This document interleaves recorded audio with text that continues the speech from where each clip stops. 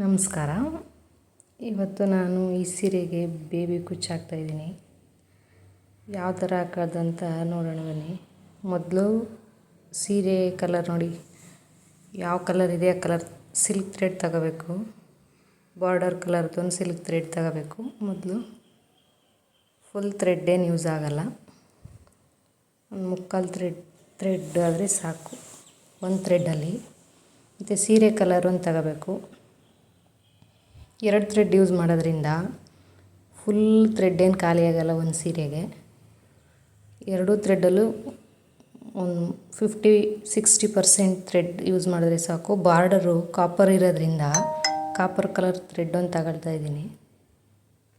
Copper colour thread ಸ್ವಲ್ಪ ಆದರೂ ಸಾಕು, ಯಾಕಂದರೆ ಗ್ರ್ಯಾಂಡ್ ಲುಕ್ ಬರಬೇಕು ಅಂದರೆ ಸೀರೆ ಮತ್ತು ಬಾರ್ಡರ್ ಯಾವ ಕಲರ್ ಇದೆ ಅದೆರಡೇ ಕಲರ್ ಯೂಸ್ ಮಾಡಿ ಹಾಕಿದ್ರೆ ಚೆನ್ನಾಗಿರುತ್ತೆ. ಇದು ಸೂಜಿ ಕುಚ್ಚು ಹಾಕೋ ಅಂಥದ್ದು. ಸೂಜಿ ಒಂದಕ್ಕಿಂತ 2 ಇದ್ದರೆ ಬೆಟರು, ಬೇಗ ಆಗುತ್ತೆ ಅನ್ನೋ ಉದ್ದೇಶಕ್ಕೆ 2 ಇಟ್ಕೊಂಡ್ರೆ ಒಳ್ಳೆಯದು. ನೋಡಿ, ಹೋಲು ದೊಡ್ಡದಿರುತ್ತೆ, ಕುಚ್ಚು ಹಾಕೋ ಸೂಜಿ ಅಂದರೆ ಸಿಗುತ್ತೆ. ಇದು ಗಮ್ಮು ಥ್ರೆಡ್, ಎಲ್ಲ ಥ್ರೆಡ್ಡನ್ನು ಸೂಜಿಗೆ ಹಾಕಿದ್ಮೇಲೆ ನೀಟಾಗಿ ಅದನ್ನು ಅಂಟಿಸ್ಕೋಬೇಕಾಗುತ್ತೆ. ಈ ಥರ ಗಮ್ಮರು ಯೂಸ್ ಮಾಡ್ಬೋದು, ನಾರ್ಮಲ್ ಗಮ್ಮರು ಯೂಸ್ ಮಾಡ್ಬೋದು. ಇದು ಝರಿ ಥ್ರೆಡ್ಡು. ಇದು ಕಾಪರ್ ಕಲರೇ ತಗೊಳ್ಳಿ, ಯಾಕಂದರೆ ಬಾರ್ಡರು ಕಾಪರ್ ಕಲರ್ ಇರೋದ್ರಿಂದ ಆ ಕಲರಲ್ಲೇ ಕುಚ್ಚು ಕಟ್ಟಿದ್ರೆ ಚೆನ್ನಾಗಿ ಕಾಣಿಸುತ್ತೆ. ಈಗೆಲ್ಲ ಇದೇ ಕಾಪರ್ ಕಲರ್ ಥ್ರೆಡ್ಡೇ ಜಾಸ್ತಿ ಯೂಸ್ ಬರೋದು. ಬಾರ್ಡರು ಕೂಡ ಕಾಪರ್ ಕಲರೇ ಬರೋದು ಅವರೇಜ್ ಸ್ಯಾರಿಗಳಿಗೆಲ್ಲ. ಈ ಥರದ್ದೊಂದು ರಡ್ ತಗೊಳ್ಳಿ. ಬೇರೆಯವರು ಅಂದರೆ ಚಿಕ್ಕ ಬೈಂಡು ಆ ಥರದ್ದೆಲ್ಲ ತಗೋತಾರೆ. ಆ ಥರದ್ದು ತಗೊಂಡಾಗ ಪದೇ ಪದೇ ಸುತ್ತಬೇಕಾಗುತ್ತೆ ದಾರನ. ಈ ಥರದ್ದೊಂದು ದೊಡ್ಡದೊಂದು ಎಕ್ಸಾಮ್ ರಟ್ಟಿದ್ರೆ 1-2 ಸರಿ ಸುತ್ಕೊಂಡ್ರೆ ಸಾಕು, 2-3 ಸರಿ ಸುತ್ಕೊಂಡ್ರೆ ಸಾಕಾಗುತ್ತೆ. ನೋಡಿ, ನಾನು ಇವಾಗ ಸುತ್ತಾ ಇದ್ದೀನಲ್ಲ, ಈ ಥರ ನೀಟಾಗಿ ಸುತ್ಕೊಂಡ್ರೆ 60 ಎಳೆ ಮಾತ್ರ ಸುತ್ತಿ ಕೇರ್ಫುಲ್ಲಾಗಿ, ಯಾಕಂದರೆ ಇದು ಗಂಟಾಗೋ ಚಾನ್ಸಸ್ ಇರುತ್ತೆ. ಅಕಸ್ಮಾತ್ ಕೈಯಿಂದ ದಾರ ಇಟ್ಕೊಂಡಿರೋದೇನಾದ್ರು ಬಿದ್ದರೆ ಕೆಳಗಡೆ ಥ್ರೆಡ್ಡು ಎಲ್ಲ ಗಂಟಾಗುತ್ತೆ. ನೋಡಿ, ಇವಾಗ ನನ್ನ ಕೈನಿಂದ ಥ್ರೆಡ್ ಬೀಳ್ತು. ನಿಧಾನಕ್ಕೆ ನೋಡ್ಕೊಂಡು ಲೆಕ್ಕ ಮಾಡ್ಕೊಂಡು 60 ಎಳೆ ಮಾತ್ರ ಬರಬೇಕು. ಅದು ನಾವು ಡಬಲ್ ಮಾಡಿದಾಗ 120 ಎಳೆ ಆಗುತ್ತೆ. ಬೇಬಿ ಕುಚ್ಚಿಗೆ 120 ಎಳೆ ಮೇಲೆ ಹಾಕ್ಬಾರ್ದು. 120 ಎಳೆ ಮೇಲೆ ಹಾಕಿದ್ರೆ ಸೂಜಿಯಿಂದ ನಾವು ಸೀರೆಗೆ ಚುಚ್ಚಬೇಕಾದ್ರೆ ಅದು ಬರಲ್ಲ, ಇಲ್ಲ ಸೀರೆ ಡ್ಯಾಮೇಜ್ ಆಗೋ ಚಾನ್ಸಸ್ ಇರುತ್ತೆ. ಅದರಿಂದ 60 ಎಳೆನೇ ಸಾಕು, ಮ್ಯಾಕ್ಸಿಮಮ್ಮೇ 60 ಎಳೆನೇ ಸಾಕು. ಈ ಥರ 60 ಎಳೆನ ನೀಟಾಗಿ ಕೇರ್ಫುಲ್ಲಾಗಿ ಸುತ್ಕೊತಿದ್ದೀನಿ. ಲೆಕ್ಕ ಮಾಡ್ಕೊಂಡು ನೀಟಾಗಿ ಸುತ್ಕೊಂಡಾದ್ಮೇಲೆ ನೋಡಿ,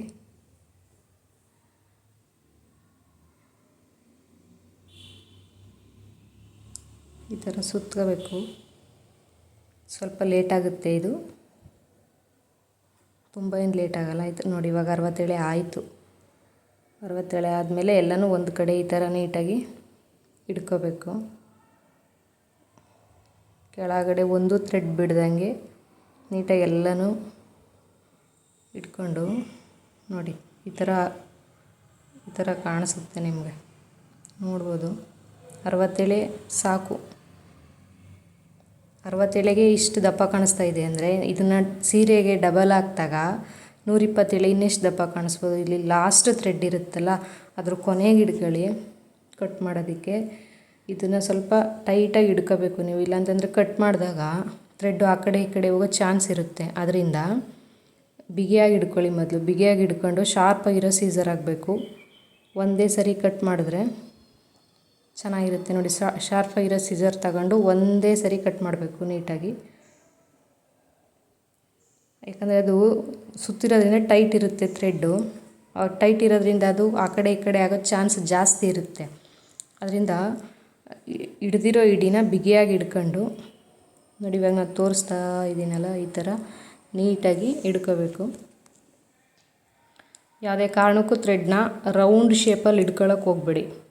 ರೌಂಡ್ ಶೇಪಲ್ಲಿ ಹಿಡ್ಕೊಂಡ್ರೆ ನಾವು ದಾರಕ್ಕೆ ಸೂಜಿ ನುಗ್ಸೋದು ಕಷ್ಟ ಆಗುತ್ತೆ. ಈ ಥರ ಚಪ್ಪಟೆ ಹಂಗೆ ಇಟ್ಕೋಬೇಕು. ಈ ಥರ ಚಪ್ಪಟೆಗೆ ಇಟ್ಕೊಂಡಾಗ ಸೂಜಿ ಕಣ್ಣಿಗೆ ನಾವು ಆರಾಮಾಗಿ ಥ್ರೆಡ್ನ ನುಗ್ಗಿಸ್ಬೋದು. ನೋಡಿ, ಇವಾಗ ನಾನು ತೋರಿಸ್ತೀನಿ. ನಿಮಗೆ ಕಾಣಿಸ್ತಾ ಇರ್ಬೋದು ನೋಡಿ. ಇವಾಗ ಒಂದೇ ಸರಿ ಅಷ್ಟು ಥ್ರೆಡ್ಡು ಕೂಡ ಸೂಜಿ ಕಣ್ಣೊಳಗೆ ಹೋಗುತ್ತೆ ನೋಡಿ.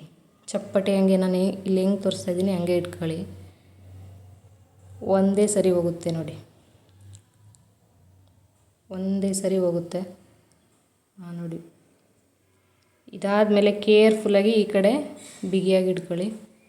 ಬಿಗಿಯಾಗಿ ಇಟ್ಕೊಂಡು ನೋಡಿ, ಒಂದು ಥ್ರೆಡ್ಡು ಕೂಡ ಹೊರಗಡೆ ಮಿಕ್ಕಲಿಲ್ಲ. ಎಲ್ಲ ಥ್ರೆಡ್ಡೂ ಸೂಜಿ ಕಣ್ಣೊಳಗೆ ಹೋಗಿದೆ ನೋಡಿ. ಈ ಥರ ಆದಮೇಲೆ ಗಮ್ಮ ಕಂಟಿಸ್ಕೋಬೇಕು ನೋಡಿ. ನಾನು ತೋರಿಸ್ತಿದ್ದೀನಿ, ಒಂದು ಥ್ರೆಡ್ಡು ಆ ಕಡೆ ಈ ಕಡೆ ಆಗಿಲ್ಲ. ಆಗ ಚಾನ್ಸ್ ಜಾಸ್ತಿ ಇರುತ್ತೆ. ಅದು ಅಭ್ಯಾಸ ಮಾಡ್ತಾ ಮಾಡ್ತಾ ಬರುತ್ತೆ. ಇವಾಗ ನೋಡಿ ಈ ಥರ ಇಟ್ಕೊಂಡು ಗಮ್ ಜೆಲ್ ಯೂಸ್ ಮಾಡಿ. ವೈಟ್ ಕಲರ್ ಗಮ್ಮು ಯೂಸ್ ಮಾಡ್ಬೋದು, ಯಾವ್ದು ಅವೈಲೇಬಲ್ ಇರುತ್ತೆ ಅದನ್ನು ಯೂಸ್ ಮಾಡ್ಕೊಳ್ಳಿ. ಗಮ್ ಹಾಕಿ ನೀಟಾಗಿ ಯಾವುದೇ ಕಾರಣಕ್ಕೂ ರೌಂಡ್ ಶೇಪಲ್ಲಿ ಥ್ರೆಡ್ನ ರೌಂಡ್ ಮಾಡಿ ಅಂಟ್ಸೋಕ್ಕೆ ಹೋಗಬೇಡಿ. ಅಲ್ಲಿ ಏನು ಶೇಪ್ ಇರುತ್ತೆ ಹಾಗೇ ಇರಲಿ. ಯಾಕಂದರೆ ನಾವು ಸೀರೆಗೆ ಅದನ್ನು ಹಾಕಿ ಎಳೆದಾಗ ರೌಂಡ್ ಶೇಪ್ ಇದ್ದರೆ ಕಷ್ಟ ಆಗುತ್ತೆ ಅದು ಎಳೆಯುವಾಗ. ಸ್ವಲ್ಪ ತುಂಬ ರೌಂಡ್ ಶೇಪ್ ಕೊಡೋದು ಬೇಡ. ತುಂಬ ರೌಂಡ್ ಶೇಪ್ ಆದರೆ ಹಿಂಸೆ ಆಗುತ್ತೆ. ಸ್ವಲ್ಪ ನಾನು ತೋರಿಸ್ತಾ ಇದ್ದೀನಲ್ಲ, ಇಷ್ಟೇ ಇದ್ದರೆ ಸಾಕು. ಕಾಣಿಸ್ತಿದೆ ಅನಿಸುತ್ತೆ ನಿಮಗೆ ಚೆನ್ನಾಗಿ. ಈ ಥರ ಗಮ್ ಹಾಕ್ಕೊಂಡು ಅಂಟಿಸ್ಕೊಳ್ಳಿ. ಇದಾದಮೇಲೆ ಇನ್ನೊಂದು ಕಲರ್ ಥ್ರೆಡ್ನೂ ಇದೇ ಥರ ಸುತ್ಕೋಬೇಕು ನೋಡಿ. ಇದನ್ನು ಸ್ವಲ್ಪ ಒಣಗಕ್ಕಿಟ್ಟು ಇನ್ನೊಂದು ಕಲರ್ ಥ್ರೆಡ್ನೂ ಅದೇ ಥರ ಸುತ್ಕೊಂಡಿದ್ದೀನಿ. ಇದರಲ್ಲಿ ನಾನು ಸೂಜಿಗಿಂತ ಮುಂಚೆನೇ ಗಮ್ ಹಾಕ್ತಾಯಿದ್ದೀನಿ. ಯಾಕಂದರೆ ದಿಢೀರಂತ ಆ ಥರ ಸೂಜಿ ಹಾಕೋಕ್ಕಾಗಲ್ಲ ಅಂತಂದರೆ ಫಸ್ಟ್ ಈ ಥರ ಗಮ್ ಹಾಕಿ ಗ್ಲೋ ಹಾಕಿ ನೀಟಾಗಿ ಇದನ್ನು ಎಲ್ಲ ಥ್ರೆಡ್ಡು ಸೇರೋ ಥರ ನೀಟಾಗಿ ಅಂಟಿಸ್ಕೋಬೇಕು ನೋಡಿ. ಸ್ವಲ್ಪ ಒಂದೆರಡು ದಾರ ಮುಂದೆ ಬಿಟ್ಟು ಅಂಟಿಸ್ಕೊಳ್ಳಿ. ಸೂಜಿ ಕಣ್ಣಿಗೆ ಅದು ಹಾಕುವಾಗ ಈಸಿ ಆಗುತ್ತೆ. ಈ ಥರ ಚಪ್ಪಟೆನೇ ಇರಬೇಕು, ರೌಂಡ್ ಮಾಡೋಕ್ಕೆ ಹೋಗಬೇಡಿ ದಯವಿಟ್ಟು. ಈ ಥರ ಚಪ್ಪಟೆನೇ ಅಂಟಿಸ್ಕೊಂಡು ನೋಡಿ, ಇಲ್ಲಿ ಕಾಣಿಸ್ತಿರ್ಬೋದು ವಿಡಿಯೋದಲ್ಲಿ. ಈ ಥರ ಚಪ್ಪಟೆನೇ ಅಂಟಿಸ್ಕೊಂಡು ಸೂಜಿ ಕಣ್ಣು ನೋಡಿ ನಾನು ತೋರಿಸ್ತಾ ಇದ್ದೀನಿ ನೀಟಾಗಿ. ಸ್ವಲ್ಪ ಬೆಳಕಿದೆ ಅದರಿಂದ ಸೂಜಿ ಕಣ್ಣು ಹಾಕಿ ಸೇರಿಸ್ಕೋಬೋದು, ಆರಾಮಾಗಿ ಸೇರುತ್ತೆ. ಈ ಥರನಾದರೂ ಹಾಕೋಬೋದು, ಇಲ್ಲ ಫುಲ್ ಥ್ರೆಡ್ ಹಾಕ್ತೀನಿ ನಾನು ಅಂದ್ರೆ ಆ ಥರನೂ ಹಾಕೋಬೋದು. ಅದಾದಮೇಲೆ ಎಲ್ಲ ಥ್ರೆಡ್ನೂ ಕಡಿಮೆ ಹೀಟ್ ಇಟ್ಕೊಂಡು ನೀಟಾಗಿ ಐರನ್ ಮಾಡ್ಕೋಬೇಕು. ಯಾವುದೇ ಕಾರಣಕ್ಕೂ ಜಾಸ್ತಿ ಹೀಟ್ ಇಡೋಕ್ಕೆ ಹೋಗಬೇಡಿ. ಯಾಕಂದರೆ ದಾರ ಸಿಲ್ಕ್ ಥ್ರೆಡ್ ಆಗಿರೋದ್ರಿಂದ ಅದು ಹೀಟ್ ಜಾಸ್ತಿ ಆದರೆ ಅದು ಸುಟ್ಟೋಗೋ ಚಾನ್ಸ್ ಇರುತ್ತೆ. ದಯವಿಟ್ಟು ಕೆಳಗಡೆಗೆ ಕಾಟನ್ ಬಟ್ಟೆ ಹಾಕ್ಕೊಳ್ಳಿ, ಇಲ್ಲ ಕಾಟನ್ ಬೆಡ್ಶೀಟ್ ಹಾಕ್ಕೊಳ್ಳಿ. ಇನ್ಯಾವುದೂ ಹಾಕ್ಕೊಳ್ಳೋಕೆ ಹೋಗಬೇಡಿ ನೋಡಿ. ನೀಟಾಗಿ ಐರನ್ ಮಾಡ್ಕೊಂಡ್ರೆ ಅಲ್ಲಿ ಮೆಸ್ಸಿ ದಾರ ಎಲ್ಲ ಮೆಸ್ಸಿಯಾಗಿರುತ್ತೆ. ರೌಂಡಿಗೆ ಸುತ್ತಿರೋದ್ರಿಂದ ದಾರ ಅದೇ ಥರ ಇರುತ್ತೆ, ಸ್ವಲ್ಪ ಮುದ್ರಕೊಂಡಂಗಿರುತ್ತೆ. ನೀವು ಕಟ್ಟಿದಾಗಲೂ ಕೂಡ ಅದು ಫಿನಿಶಿಂಗ್ ಚೆನ್ನಾಗಿ ಕಾಣಿಸಲ್ಲ. ಎಲ್ಲ ಥ್ರೆಡ್ನೂ ನೀಟಾಗಿ ಈ ಥರ ಐರನ್ ಮಾಡ್ಕೊಳ್ಳೋದ್ರಿಂದ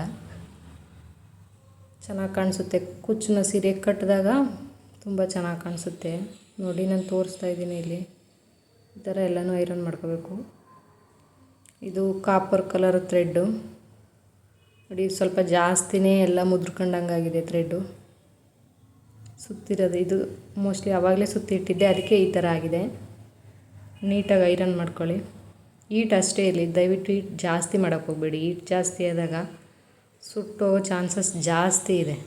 ನಾವು ಹೆವಿ ಬಟ್ಟೆ ಇಟ್ಟಿಲ್ಲ ಅಲ್ಲಿ, ಅದರಿಂದ ಕಡಿಮೆನೇ ಇಟ್ಕೊಂಡು 2 ನಿಮಿಷ ಲೇಟಾದರೂ ಪರವಾಗಿಲ್ಲ, ನೀಟಾಗಿ ಮಾಡಿ. ಯಾಕಂದರೆ ಮತ್ತೆ ಸುತ್ತೋ ಚಾನ್ಸ್ ಬೇಡ ಅಂತ ಅಷ್ಟೇ. ನಾನು ನೋಡಿ ವಿಡಿಯೋದಲ್ಲಿ ತೋರಿಸ್ತಿದ್ದೀನಿ, ಚೆನ್ನಾಗಿ ಕಾಣಿಸುತ್ತೆ. 3 ಕಲರ್ ಥ್ರೆಡ್ದು ನೋಡಿ ಚೆನ್ನಾಗಿ ಕಾಣಿಸುತ್ತೆ. ಆಮೇಲೆ ಒಂದಕ್ಕೊಂದು ಸೀರೆ ಕುಚ್ಚು ಕಟ್ಟುವಾಗ ಒಂದು ಥ್ರೆಡ್ ಬಿಟ್ಟು ಒಂದು ಥ್ರೆಡ್ ಬರದೇ ಇರೋದು ಆ ಥರ ಆಗ್ಬೋದು. ಈ ಥರ ನೀಟಾಗಿ ಐರನ್ ಮಾಡ್ಕೊಂಡಾಗ ಚೆನ್ನಾಗಿ ಬರುತ್ತೆ. ಈಗ ಆಲ್ರೆಡಿ ಒಂದು ಕುಚ್ಚು ಕಟ್ಬಿಟ್ಟಿದ್ದೀನಿ ನಾನು ನೋಡಿ. ಇವಾಗ ತೋರಿಸ್ತೀನಿ. ಯಾವಾಗಲೂ ಸೀರೆ ಕೆಳಗಿಂದನೇ ಚುಚ್ಚಕ್ಕೆ ಟ್ರೈ ಮಾಡಿ. ಯಾಕಂದರೆ ಮೇಲ್ಗಡೆಯಿಂದ ಚುಚ್ಚಿದಾಗ ಡ್ಯಾಮೇಜ್ ಆಗೋ ಚಾನ್ಸಸ್ ಜಾಸ್ತಿ ಇರುತ್ತೆ. ನಾನಿಲ್ಲಿ ಸೀರೆಗೆ ಜಿಗ್ಸಾಗ್ ಹಾಕ್ಸಿಲ್ಲ, ನಾರ್ಮಲ್ ಮಿಷಿನಲ್ಲಿ ನಾನೇ ಹೊಲ್ದಿರೋದು.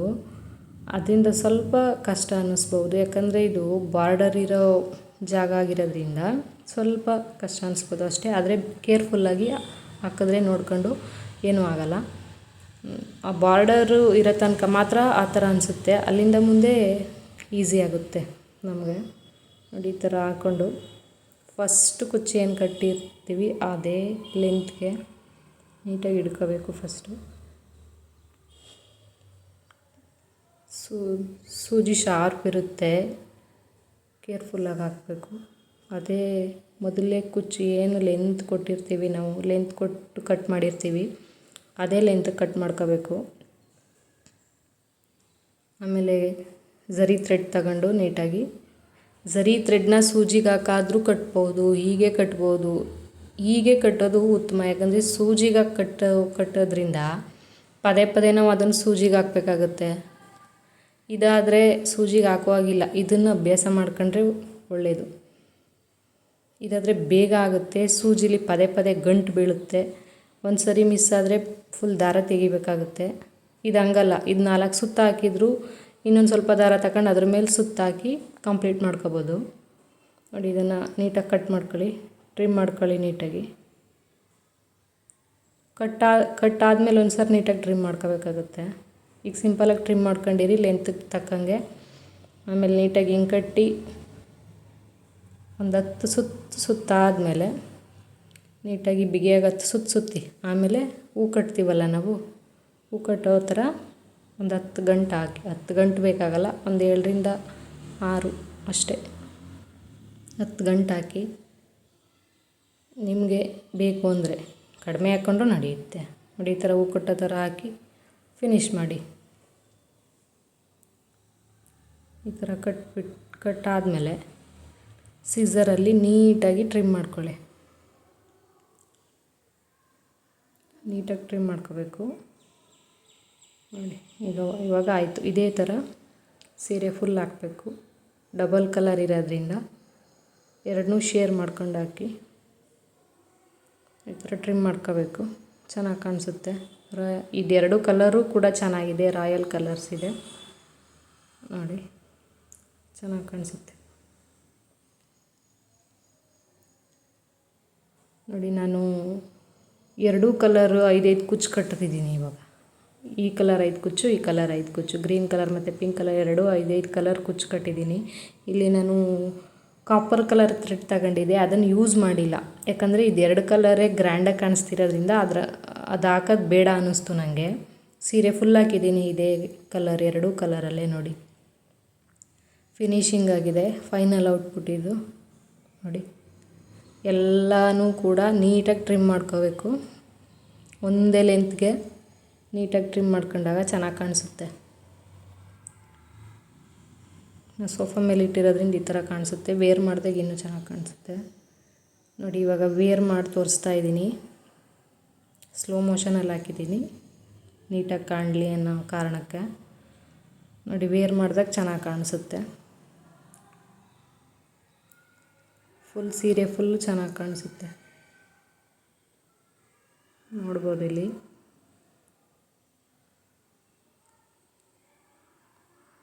ತುಂಬ ಚೆನ್ನಾಗಿ ಕಾಣಿಸ್ತಾ ಇದೆ ಇವಾಗ. Thank you. ಇದೇ ಥರ ವೀಡಿಯೋಗಳು ನಿಮಗೇನಾದರೂ ಬೇಕು ಅಂದರೆ ನನ್ನ ಚಾನಲ್ನ ಫಾಲೋ ಮಾಡಿ, ಸಬ್ಸ್ಕ್ರೈಬ್ ಮಾಡಿ, ಲೈಕ್ ಮಾಡಿ, ಶೇರ್ ಮಾಡಿ. ಇದು ನನ್ನ ಮೊದಲನೇ ವಿಡಿಯೋ ಆಗಿದೆ, ಲಾಂಗ್ ವಿಡಿಯೋ. ಏನಾದರೂ ಬೈ ಮಿಸ್ಟೇಕ್ ತಪ್ಪಾಗಿದ್ದರೆ ಮಾತಾಡೋದ್ರಲ್ಲಿ, ವಾಯ್ಸಲ್ಲಿ ನಾನು ಸರಿ ಮಾಡ್ಕೊಳ್ತೀನಿ ನೆಕ್ಸ್ಟ್ ಟೈಮಿಂದ. ನೋಡಿ ಫೈನಲ್ ಔಟ್ಪುಟ್ ಈ ಥರ ಬರುತ್ತೆ. My channel name my world my fashion ಅಂತ. ಸಬ್ಸ್ಕ್ರೈಬ್ ಮಾಡ್ಕೊಳ್ಳಿ. ಇಷ್ಟ ಆದರೆ ಶೇರ್ ಮಾಡಿ, ಲೈಕ್ ಮಾಡಿ.